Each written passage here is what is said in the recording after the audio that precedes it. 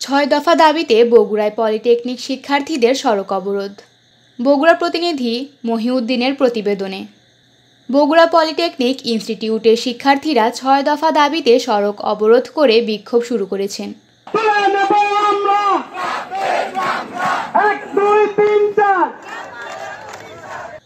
আজ বেলা 11:30 থেকে শহরের বনানী এলাকায় ঢাকা বগুড়া মহাসড়কে অবস্থান নিয়ে তারা আন্দোলন শুরু করেন।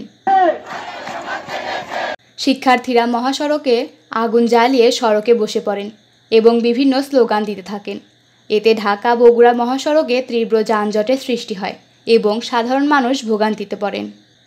বিক্ষোভরত শিক্ষার্থীরা বলেন, তাদের ৬ দফা দাবি দ্রুত বাস্তবায়ন না হলে আন্দোলন আরও তীব্র করা হবে। সেই সঙ্গে তারা হুঁশিয়ারি দিয়ে বলেন, দাবি মানা না হলে সারা দেশের পলিটেকনিক ইনস্টিটিউটগুলোতে বৃহত্তর কর্মসূচি গ্রহণ করা হবে। দৈনিক জয়সাগর।